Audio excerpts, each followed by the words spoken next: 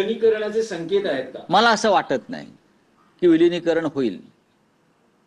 मी जे काय पवार साहेबांना ओळखतो आणि त्यांच्या विचारसरणीला मी जे काय ओळखतो, ही विलिनीकरणाची प्रक्रिया होईल असं मला वाटत नाही. मी एकदा पवार साहेबांना प्रश्न विचारला होता सहज एका बैठकीत, तेव्हा त्यांनी हे अशक्य आहे सांगितलं. अजित पवारांच्या राष्ट्रवादीला महायुतीमध्ये मुंबईत घेतलं जात नाही. जर अजित पवारांचा पक्ष जर तुमच्यासोबत युती करत नाही शक्य आहे का? नाही तुम्ही स्वागत करू असं म्हणतात. नाही नाही आम्ही नाही. त्यांनी दोन पवार एकत्र येऊन जर भाजपचा पराभव करणार असतील तर म्हणतोय मी. पण ते असंही म्हणतात जर पुण्यामध्ये तुम्ही जर त्यांच्या सोबत गेलात म्हणजे ठाकरे बंधू जर सोबत आले ती ताकद अजून वाढेल. असं कोण म्हणतंय? राष्ट्रवादीचे कोणती राष्ट्रवादी? नाही, आमची आता पुण्यामध्ये महाराष्ट्र नवनिर्माण सेना आणि शिवसेना या दोघांमधलं जागा वाटपाची चर्चा संपलेली आहे आणि आम्ही दोघेही कामाला लागलेलो आहोत. जे आमच्या बरोबर येतील त्यांना सोबत घेऊ, नाही तर आम्ही त्यांच्याशिवाय लढू. नाही, अजित पवार त्यात नाही.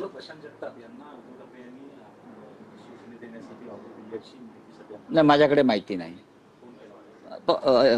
उद्धव साहेबांनी त्यांना नक्कीच फोन केला असेल, कारण असे कार्यकर्ते लढणारे जर आमच्याकडे आले तर आम्ही नक्कीच पुढे जाऊ. तर भाजपा पुण्यात फक्त 12 जागांची ऑफर देते, मुंबईत देखील काही आणलेलं असल्याचं. 12 खूपच दिल्यात जागा.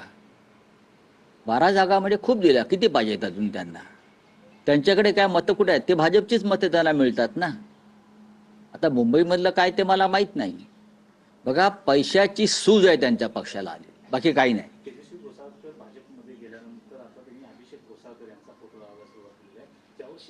बघा, असं आहे की ज्यांनी शिवसेनेचा पक्ष सोडला त्यांनी आपल्या निष्ठावान शिवसैनिक पतीचा फोटो लावून मतं मागू नयेत.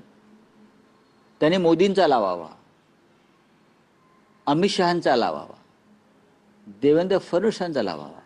अभिषेक घोसाळकर हे एक निष्ठावंत कडवट शिवसैनिक होते आणि शेवटपर्यंत ते शिवसेनेबरोबरच राहिले आणि तिथेच त्यांना बलिदान द्यावं लागलं. घोसाळकर गेल्यानंतर घोसाळकर कुटुंबातल्याच एक पुन्हा महिला पुढे येत आहे. पूजा घोसाळकर आता राजकारणात येऊ द्या ना. तरुणांनी येऊ नये का? नवीन लोकांनी राजकारणात यायला पाहिजे. चला, थँक्यू. एक आहे की ठाकरे बंधूंची युती जाहीर झाली, पण अजूनही अशी माहिती मिळते की काही जागांवर अजिबात नाही. अजूनही घासाघीस अजिबात पेच नाही. पेच हा शब्द चुकीचा आहे. शेवटपर्यंत चर्चा होत असतात. दोन्ही बाजूनी काही बदल फेरबदल होत असतात. प्रत्येक जागा आम्हाला जिंकायची आहे आणि असा कोणत्याही प्रकारचा पेच ना महाराष्ट्र नवनिर्माण सेनेकडून टाकला ना शिवसेनेकडून पडलेला आहे. दोन्ही बाजूचे कार्यकर्ते हे हट्ट करतात, त्यांना समजवावं लागतं. त्याचा दबाव नेत्यांवरती असतो, मग ते राजसाहेब ठाकरे असतील किंवा उद्धवजी ठाकरे असतील.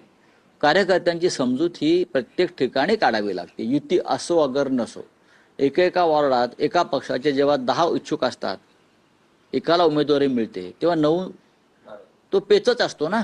तोही पेच असतो. 26 तारीख आहे. 30 तारखेला अर्ज भरण्याची शेवटचा दिवस आहे. एबी फॉर्मचं वाटप सुरू झालंय. 26 तारीख आहे ना आणि 30 तारीख, 4 दिवस फार भरपूर आहेत. एका दिवसात सगळा कार्यक्रम संपतो. आधी 2 दिवस निघून गेले, कोणी अर्ज भरलेले नाहीत. फार आपण पाहिलं असेल. होणार सगळं, तुम्ही काही चिंता करू नका. येऊ द्या ना, चांगली गोष्ट आहे. अजूनही एनसीपीशी चर्चा चालू आहे. हो, होणार. क्षणापर्यंत सुरू राहील. एनसीपी बरोबर आमची आघाडी होईल. सर, लातूरात आपण जर बघितलं तर एक अत्यंत दुर्दैवी घटना घडलेली आहे. एका पोलीस निरीक्षक आपल्या आईला त्रास देतो म्हणून एका 20 वर्षीय तरुणाने आत्महत्या केली आहे. आत्महत्येचा व्हिडिओ देखील. हो, पण आता असं की मगाशी मी जे पोलिसांविषयी जे बोललो तेच लातूरला लागू पडत आहे. पोलीस हे एकतर गुंडांसारखे वागतायत, दरोडेखोरासारखे वागतायत आणि गृह खात्याचं त्या पोलीस खात्यावरती कोणतंही नियंत्रण नाही, अजिबात नाही. विकास गोगावले मंत्री पुत्र फरार आहे. एक पोलीस अधिकारी एका कुटुंबाचा छळ करतो, त्यातून आत्महत्या होत आहेत. बीडची प्रकरणं समोर आहेत. कारण पोलिसांना राजकीय कार्यासाठी वापरून घ्यायचं, त्यासाठी अशा गुंड प्रवृत्त्याच्या पोलिसांना देवेंद्र फडणवीस यांचं गृह खातं बळ देत्या. बोले आप हिंदी में.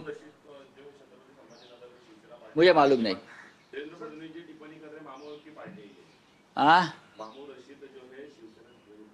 जो है देवेंद्र फडणवीस